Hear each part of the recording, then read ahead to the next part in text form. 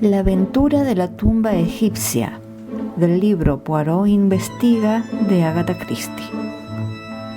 Siempre he considerado que una de las aventuras más emocionantes y dramáticas que he compartido con Poirot fue nuestra investigación de la extraña serie de muertes que siguieron al descubrimiento y apertura de la tumba del rey Menera. Después del descubrimiento de la tumba de Tutankamón por Lon Carnallon, Sir John Willard y el señor Bleibner de New York prosiguieron sus excavaciones no lejos del Cairo, en las proximidades de las pirámides de Gizeh. Llegaron inesperadamente a una serie de cámaras funerarias. Su descubrimiento despertó el mayor interés. La tumba parecía ser del rey Menera, uno de esos oscuros reyes de la octava dinastía, cuando el antiguo reino iba cayendo en la decadencia. Muy poco se conocía acerca de este periodo y los descubrimientos fueron ampliamente comentados por la prensa. No tardó en tener lugar un acontecimiento que causó profunda impresión. Sir John Willard falleció repentinamente de un ataque cardíaco. Los periódicos más sensacionalistas aprovecharon inmediatamente la oportunidad para revivir todas las leyendas supersticiosas relacionadas con la mala suerte ocasionada por ciertos tesoros egipcios. La desgraciada momia del Museo Británico recobró actualidad, y aunque en el museo negaban todo lo referente a ella, no obstante disfrutaba de su renovada y discutida popularidad. 15 días más tarde falleció, víctima de un envenenamiento de la sangre, el señor Bleibner, y pocos días después un sobrino suyo se pegó un tiro en New York. La maldición de Menera era el tema del día. El mágico poder del desaparecido egipcio fue elevado a su punto álgido. Fue entonces cuando Poirot recibió una breve nota de Lady Willard, viuda del fallecido arqueólogo, pidiéndole que fuera a verla a su casa de Kensington Square. Yo le acompañé. Lady Willard era una mujer alta y delgada e iba vestida de luto riguroso.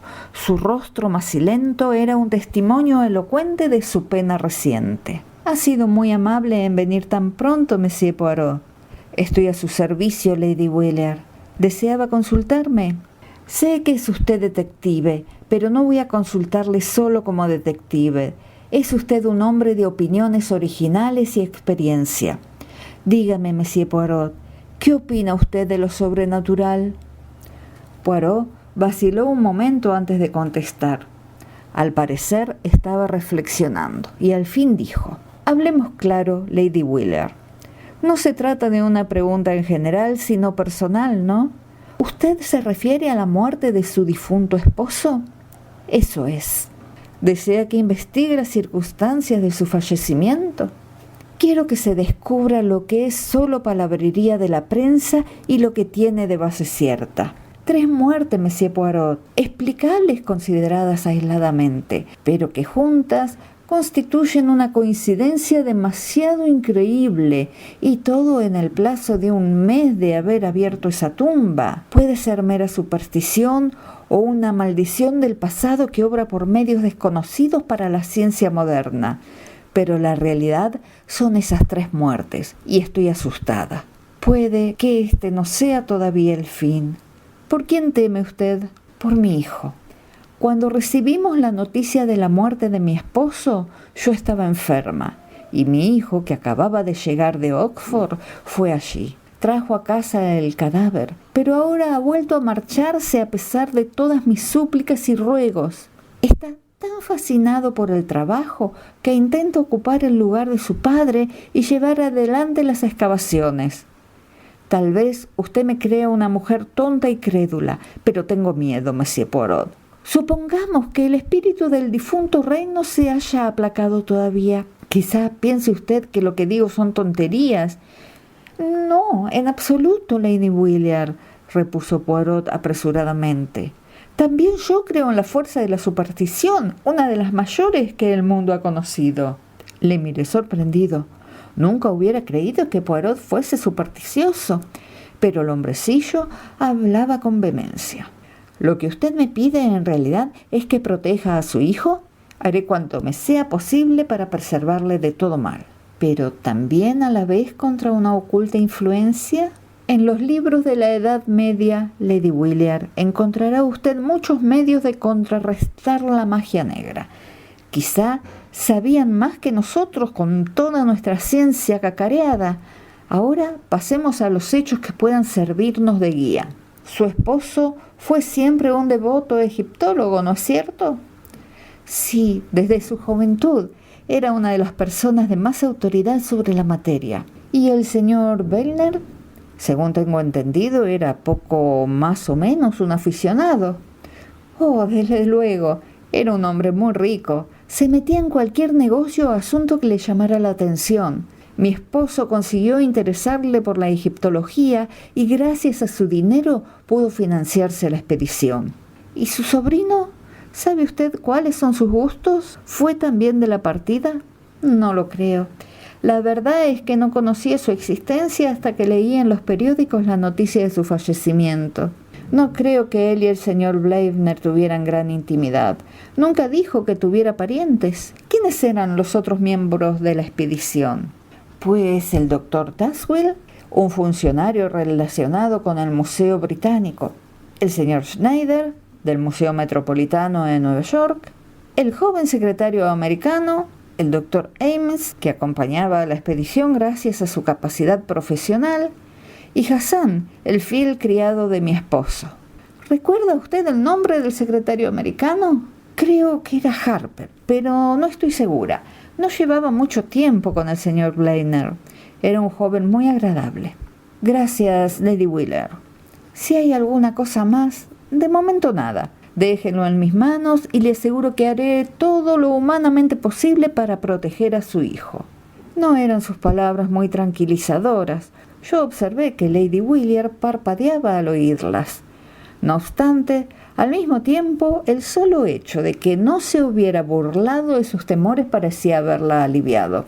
Por mi parte, nunca había sospechado que Poirot poseyera una vena supersticiosa tan profunda, y mientras regresábamos a la casa le hablé de ello. Su actitud fue seria y formal. «Pues sí, Hastings, yo creo en esas cosas. No debe menospreciarse la fuerza de la superstición. ¿Qué vamos a hacer?» «Toujours pratique, mi buen Hastings. Bien, para empezar, telegrafiaremos a Nueva York para pedir más detalles de la muerte de Wellner». Y fuimos a poner un cable. La respuesta fue completa y precisa. El joven Rupert Wellner se encontraba apurado de dinero desde hacía varios días. Había sido colonista y gandul de profesión en diversas islas de los mares del sur, pero hace 2 años que regresó a Nueva York, donde se fue hundiendo más y más. Lo más significativo, según mi parecer, era que recientemente se las había arreglado para que le prestasen el dinero suficiente para ir a Egipto. «Allí tengo un amigo que me prestará», había declarado.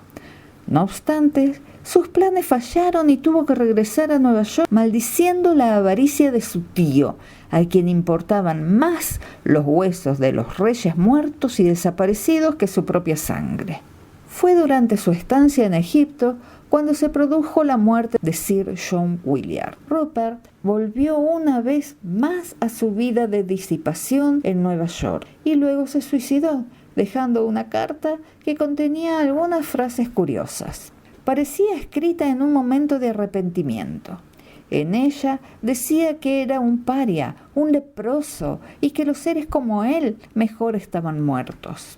Una teoría oscura fue tomando forma en mi cerebro. Yo nunca había creído realmente en la venganza de un antiguo rey egipcio.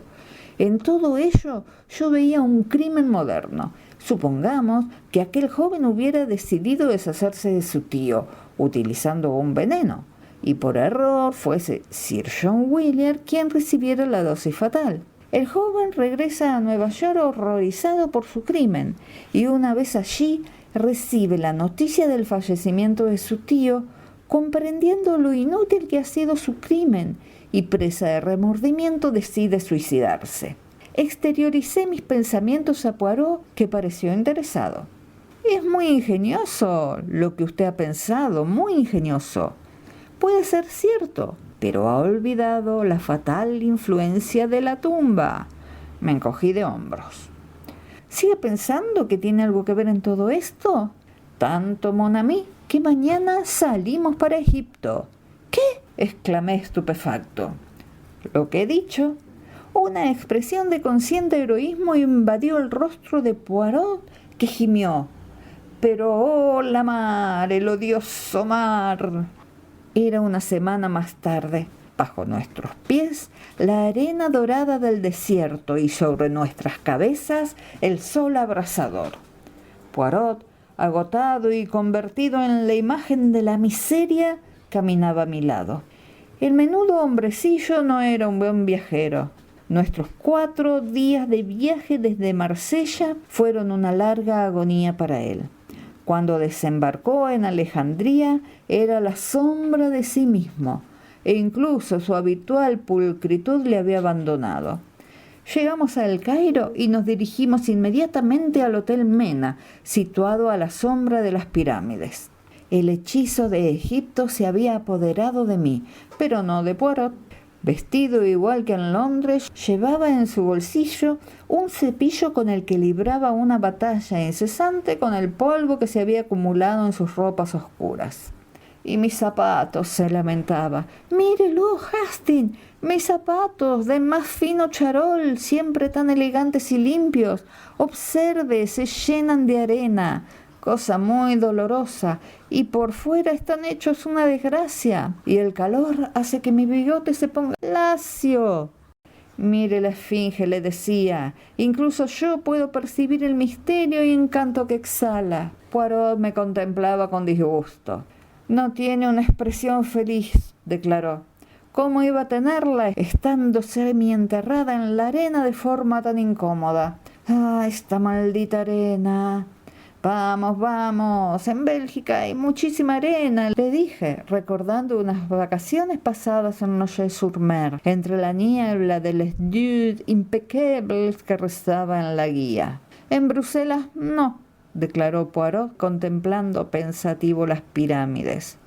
Es cierto que por lo menos son de hechura sólida y geométrica, pero su superficie es una desigualdad muy desagradable y las palmeras no me gustan, ni siquiera cuando las planta en hile. Corté sus lamentaciones insinuándole que debíamos salir para el campamento. Los camellos nos esperaban y arrodillados pacientemente con una serie de muchachos pintorescos capitaneados por un dragomán. Pasaré por alto el espectáculo de Poirot sobre su camello.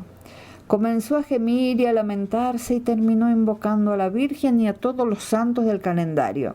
Al fin terminó su viaje sobre un borriquillo. Debo confesar que el trote del camello no es ninguna broma para los novatos.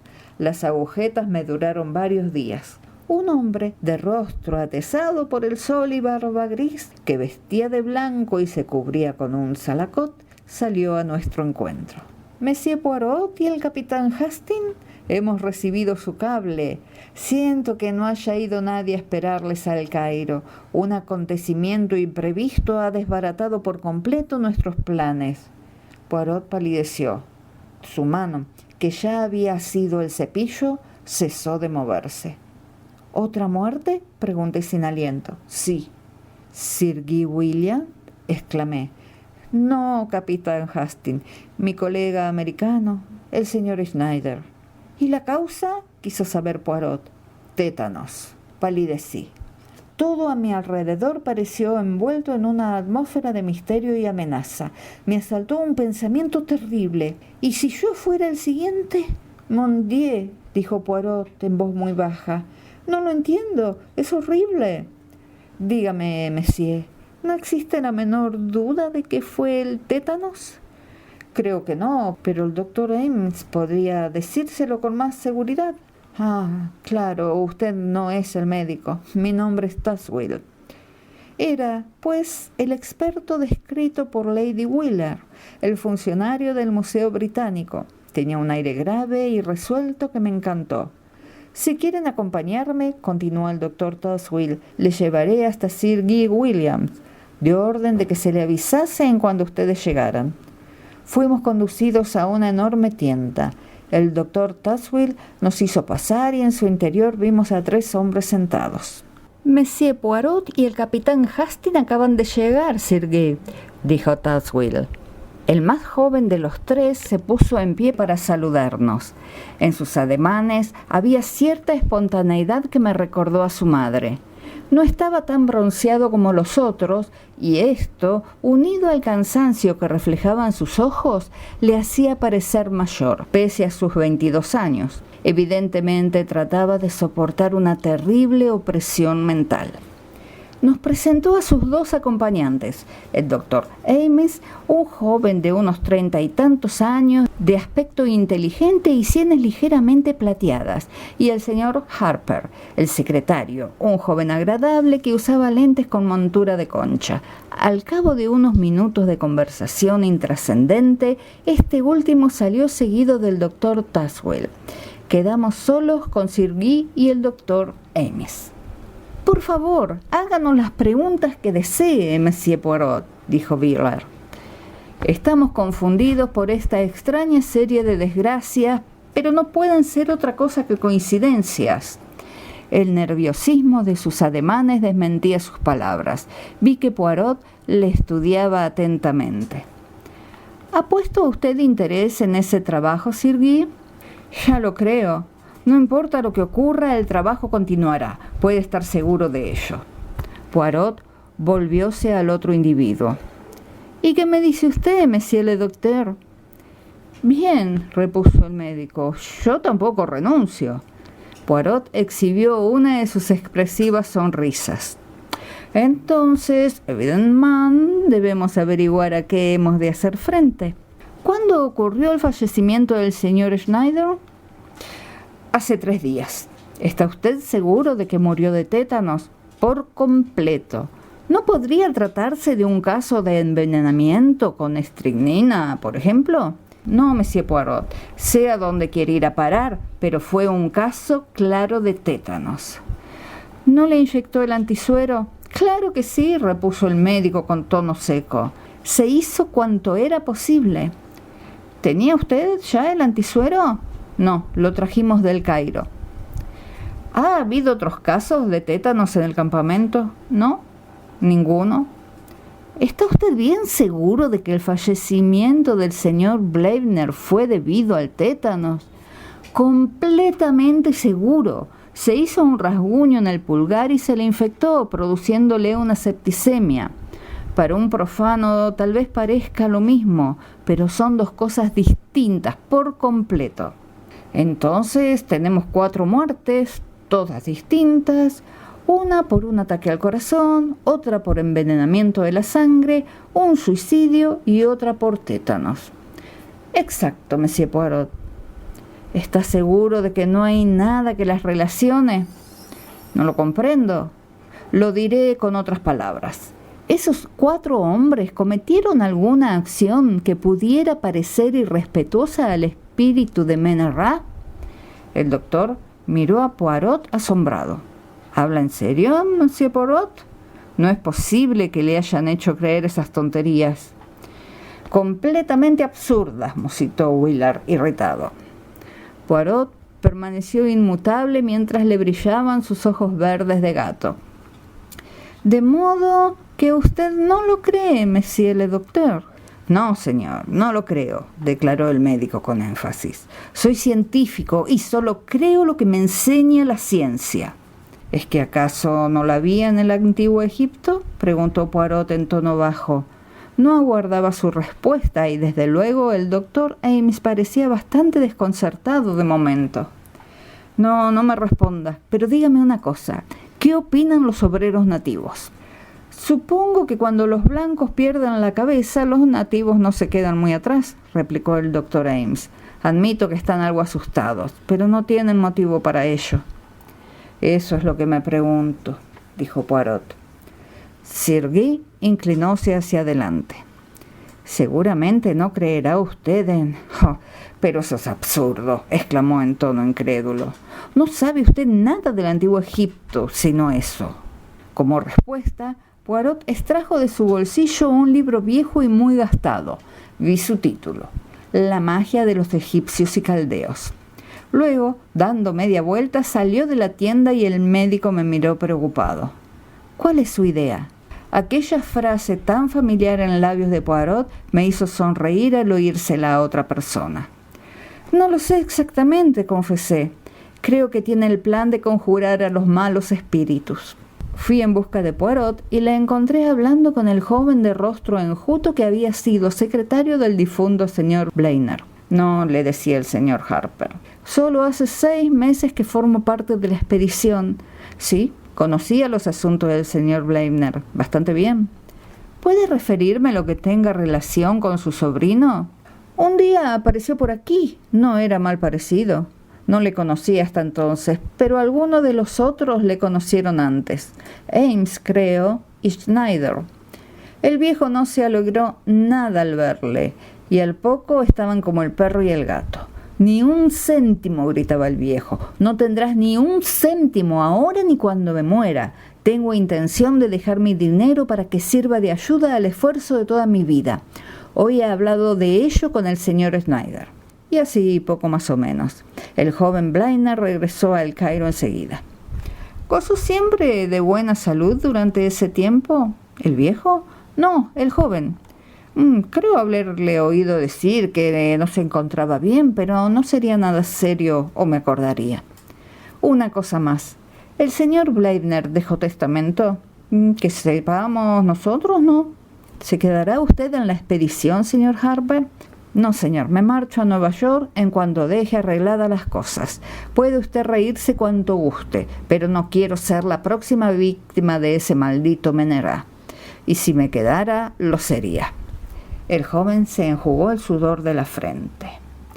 Poirot se volvió para marcharse y le dijo por encima del hombro y con una sonrisa peculiar: «Recuerde que una de las víctimas murió en Nueva York».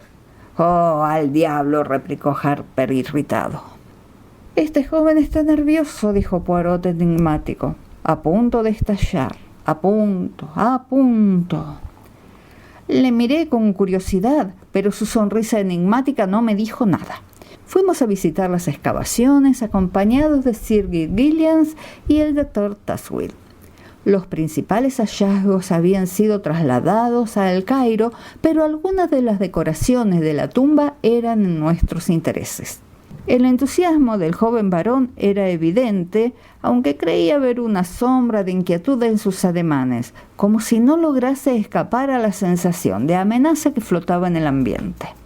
Cuando entramos en la tienda que se nos había asignado para asearnos antes de la cena, una figura oscura vestida de blanco se hizo a un lado para dejarnos paso con una gentil reverencia y murmurando un saludo en árabe. Poirot se detuvo. «¿Es usted Hassan, el criado del difunto John Wheeler?»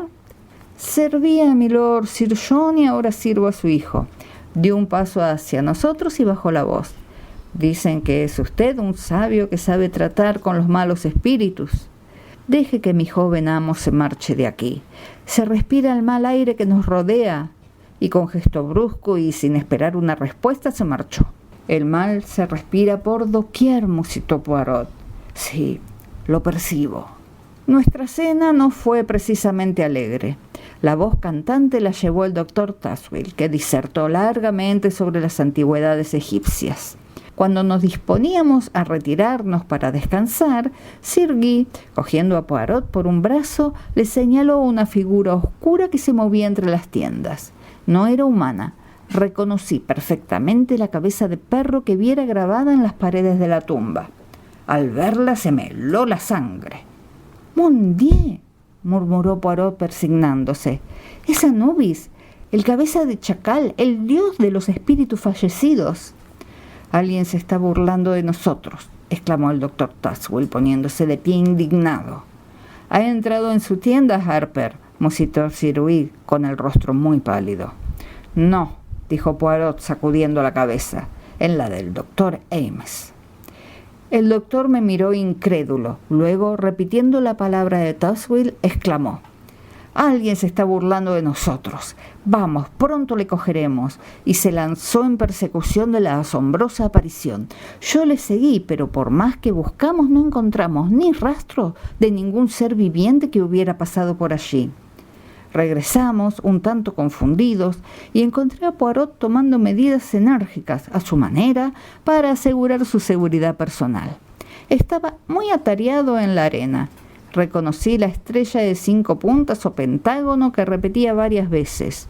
Como era su costumbre, Poirot estaba improvisando una conferencia sobre brujería y magia en general. La magia blanca enfrentándose con la negra, con amplias referencias del Ra y el libro de la muerte. Al parecer, todo aquello excitó el desprecio del doctor Tuswell, quien me apartó a un lado rugiendo de furor. «¡Tonterías, señor!», exclamó irritado. «¡Simplezas! Ese hombre es un impostor. No conoce la diferencia entre las supersticiones de la Edad Media y las creencias del Antiguo Egipto. Nunca había oído tal mezcolanza de ignorancia y credulidad». Procuré apaciguar al excitado experto y fui a reunirme con Poirot en nuestra tienda. Mi amigo resplandecía de contento. «Ahora podemos dormir en paz», declaró feliz. «Y lo necesito. Me duele mucho la cabeza. No sé lo que daría por una buena tisane». Como si fuera la respuesta a su plegaria, se abrió la tienda y apareció Hassan con una taza humeante que ofreció a Poirot. Resultó ser una infusión de manzanilla a la que es muy aficionado. Después de darle las gracias y rechazar otra taza para mí, volvimos a quedarnos solos. Después de desnudarme, permanecí algún tiempo contemplando el desierto desde la tienda. «Es un lugar maravilloso», dije en voz alta, «y un trabajo maravilloso. Puedo percibir su fascinación. Esta vida en el desierto, el sondear en el corazón de una civilización extinta. Poirot, usted también tiene que sentir su encanto». No obtuve respuesta y me volví algo molesto. Al instante, mi contrariedad había desaparecido, siendo reemplazada por la inquietud. Poirot yacía sobre el tosco lecho con el rostro horriblemente congestionado. A su lado estaba la taza vacía. Corrí a su lado y luego a la tienda del doctor Ames. «¡Doctor Ames!», grité. «¡Venga enseguida!». «¿Qué ocurre?», dijo el médico apareciendo en pijama. «Mi amigo está enfermo, agonizante. Ha sido la manzanilla. No permita que Hassan abandone el campamento». Como un rayo, el doctor corrió hasta nuestra tienda. Poirot yacía en la misma posición en que yo lo dejara. «Es extraordinario», exclamó Ames. «¿Parece un ataque o...? ¿Qué dice usted que ha bebido?». Y alzó la taza vacía. «Solo que no lo bebí», dijo una voz tranquila. Nos volvimos asombrados. Poirot se hallaba sentado en la cama y nos sonreía. «No, no la bebí». Mientras mi buen amigo Hastings estaba apostrofando la belleza de la noche, aproveché la ocasión para verterla, no en mi garganta, sino en una botella que irá a manos del analista. «No», dijo, a ver que el doctor hacía un movimiento repentino. «Como hombre razonable comprenderá que toda resistencia sería inútil». Mientras Hastings iba en su busca, he tenido tiempo para ponerle a salvo. «Hastings, deprisa, sujétele». No supe comprender la ansiedad de Poirot. Deseoso de salvar a mi amigo, me coloqué ante él, pero el médico tenía otra intención. Llevándose la mano a la boca, introdujo algo en ella que exhaló un olor a almendras amargas y tambaleándose hacia adelante cayó. «Otra víctima», dijo Poirot en tono grave, «pero la última. Tal vez haya sido el mejor medio. Es el responsable de 3 muertes». «¿El doctor Ames?», exclamé estupefacto. «Pero si yo creí que usted lo achacaba a alguna influencia oculta». «No supo comprenderme, Hastings. Lo que yo quise decir es que creía en la terrible fuerza de la superstición.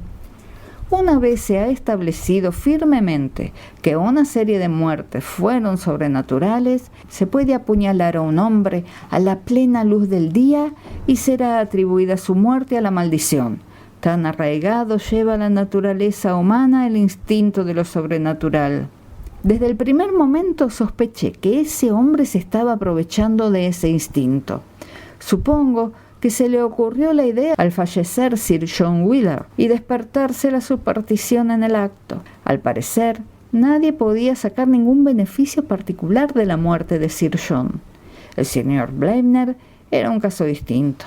Era un hombre muy rico. La información recibida en Nueva York contenía algunos puntos sugestivos. Para empezar, el joven Blainer había dicho que tenía un buen amigo en Egipto quien podría prestarle dinero. Tácitamente se comprendía que hacía referencia a su tío, pero a mí me pareció que de ser así lo hubiese dicho sin rodeos. Sus palabras me sugirieron a algún compañero suyo que hubiera hecho fortuna. Otra cosa, consiguió el dinero suficiente para marchar a Egipto. Su tío se negó a adelantarle un penique y no obstante pudo pagarse el pasaje de regreso a Nueva York. Alguien debió prestárselo. Todo es muy ambiguo, objeté. Pero había más. Hastings, ocurre bastante a menudo que las palabras dichas metafóricamente se toman al pie de la letra, y también puede suceder lo contrario. En este caso, las palabras que fueron dichas lisa y llanamente fueron tomadas en metáfora. El joven Blainer escribió sencillamente: «Soy un leproso», pero nadie supo ver que se suicidó porque creía haber contraído la terrible enfermedad de la lepra. «¿Qué?», exclamé. Esa fue la intención de una mente diabólica. El joven Blainer sufría alguna infección cutánea sin importancia. Había vivido en las islas de los mares del sur, donde es bastante corriente esa enfermedad. Ames era un antiguo amigo suyo, un médico conocido, y no soñó siquiera en dudar de su palabra. Cuando llegué aquí, mis sospechas se repartían entre Harper y el doctor Ames, pero pronto comprendí que solo el doctor pudo haber perpetrado y realizado sus crímenes, y supe por Harper que ya conocía al joven Blainer. Sin duda alguna, este último debió de hacer testamento o asegurar su vida en favor del médico, y Ames vio la oportunidad de hacerse rico. Le fue fácil inculcar a Blainer los gérmenes mortales. Luego su amigo, desesperado por las terribles noticias que su amigo le había comunicado, se suicida. El señor Blainer, a pesar de sus intenciones, no hizo testamento. Su fortuna pasaría a su sobrino y de este al médico. ¿Y el señor Schneider? No podemos estar seguros. Recuerde que también conocía al joven Blainer y puede que sospechara algo. O tal vez el doctor pensase que una muerte más fortalecería la superstición. Además existe un factor psicológico muy importante, Hastings. Un asesino siempre siente el deseo imperioso de repetir su crimen. De ahí mis temores por el joven Wheeler. La figura de Anubis que vio usted esa noche era Hassan, vestido según mis instrucciones. Quise ver si conseguía asustar al doctor, pero se necesitaba algo más para cogerlo. Vi que no le convencían del todo mis fingidas creencias, y mi pequeña comedia no le engañó. Sospeché que intentaría convertirme en su próxima víctima. Pero a pesar de la Mermodit, el calor insoportable y las molestias de la arena, las pequeñas células grises todavía funcionaban. Poirot probó que sus teorías eran ciertas. El joven Blainer, años atrás, en un momento de euforia producida por la bebida, hizo testamento, dejando mi pitillera que tanto admiráis y todo lo demás que posea, que serán principalmente deudas, a mi buen amigo Robert Ames, que una vez me salvó de perecer ahogado. El caso se silenció todo lo posible y a partir de aquel día todo el mundo habla de la considerable serie de muertes relacionadas con la tumba de Menerat como una prueba triunfal de la venganza de un antiguo rey sobre los profanadores de su tumba, creencia que según Poirot me hizo ver es contraria al sentir y pensar de los egipcios.